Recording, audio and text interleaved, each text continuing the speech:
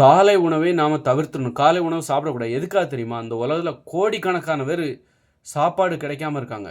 அதாவது ஆப்பிரிக்காவுல ஒரு பகுதி மக்கள் வந்து சாயந்தரம் மட்டும் தான் சாப்பிடுறாங்க. இன்னும் பல பகுதி மக்கள் மத்தவன்ட்ட கையேந்தி நிக்கிறாங்க.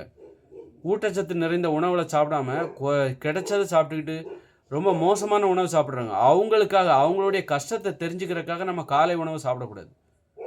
அவங்களுடைய கஷ்டம் வந்து அவங்க யாருன்னே தெரியாது. ஆனா அவங்களுடைய கஷ்டத்த நம்மளால புரிஞ்சுக்க முடியும். நாம யாருன்னு அவங்களுக்கு தெரியாது. அவங்க யாருன்னு நமக்கு தெரியாது.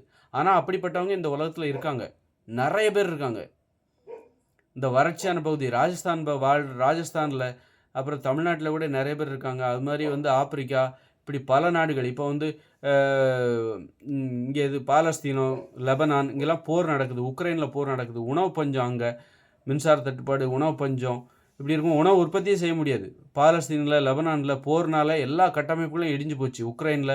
அதனால மின்சாரம் கிடையாது. அப்போ தண்ணீர் இறைக்க முடியாது. அப்போ விவசாயம் கண்டிப்பா இருக்காது. கண்டிப்பா உணவு உற்பத்தி குறைவா இருக்கும். பசி பட்டினியோட தான் இருப்பாங்க. இந்த உலகத்துல பல கோடி மக்கள் 800 கோடி பேர் இருக்காங்கன்னா, கண்டிப்பா ஒரு 100 கோடி பேருக்கு மேல பசி பட்டினியோட அவஸ்தைப்படுவாங்க.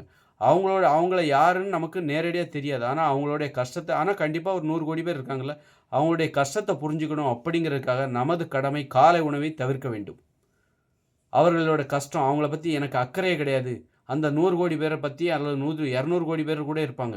அந்த 200 கோடி பேருக்குள்ள நம்ம நாட்டிலே இருக்கக்கூடிய தமிழர்களும் இருப்பாங்க. அப்ப அவங்கள பத்திலாம் எனக்கு அக்கறையே இல்ல அப்படிங்கிற ஒரு சுயநலவாதி தான் எப்பவுமே நான் பட்னியாவே இருக்க மாட்டேன். வேலை தவறாம சாப்பிடுவேன்னு சொல்லுகிற ஒருவரா இருப்பார். அப்போ நமக்கு வந்து அவங்களுடைய கஷ்டத்த புரிஞ்சுக்கணும் அப்படின்னா, நாம காலை உணவை தவிர்க்க வேண்டும். தவிர்த்தீங்கன்னா, அப்போ இந்த பசியோட கொடுமை, பசி ரொம்ப கஷ்டமா இருக்கும். ஒரு 12 மணிக்கு மேல சாப்பிடுங்க. யாருக்காக அப்படின்னா, அந்த பசியோட வாடுறாங்க பாருங்க. கோடிக்கணக்கான மக்கள் இந்த உலகத்துல இருக்காங்க பாருங்க. அவங்களுக்காக, அவங்களுடைய கஷ்டத்த புரிஞ்சுக்கணுங்கிறதுக்காக. அப்ப அதனால என்ன ஆயிறப்போகுது? நீ பட்டினி கிடக்கிறனால என்ன ஆயிறப்போகுது? நம்மளால என்ன பண்ண முடியும் முதல்ல? அத சொல்லுங்க. நாம ஒரு அதிகாரத்துல இருந்தானா, நம்மளால என்ன வேணாலும் பண்ணலாம். அவங்களுக்காக நம்ம வந்து ஏதாவது கொடுக்கலாம். சட்ட ரீதியா முயற்சி பண்ணி கொடுக்கலாம். நம்ம ஒரு எளிமையான ஒரு ஆளா இருக்கும்போது, குறைஞ்சபட்சம் அவங்க வலிய புரிஞ்சுக்கலாம்ல. அவங்களுடைய கஷ்டத்த புரிஞ்சுக்கலாம்ல. அப்போ அது நம்மகிட்ட வந்து ஒரு அறிவு விசாலமாகும். அறிவு சுருங்கிரக்கூடாது. ஒரு 100 கோடி மக்களுடைய பிரச்சனை உனக்கு தெரியவே தெரியாது.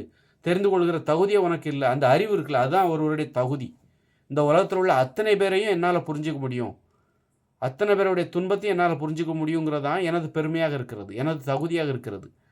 அப்படி இருக்கும்போது, நான் ஒரு வேளை சாப்பிடாம இருந்தா, இந்த உலகத்துல பசி, பஞ்சத்தால பாதிக்கப்படுகிற ஒரு 100 கோடி பேர என்னால புரிஞ்சுக்க முடியும். அப்படிங்கும்போது, நீங்க காலை உணவை தவிர்த்து விடுங்கள் அவர்களுக்காக. அவர்களின் துன்பங்களை புரிந்து கொள்வதற்காக.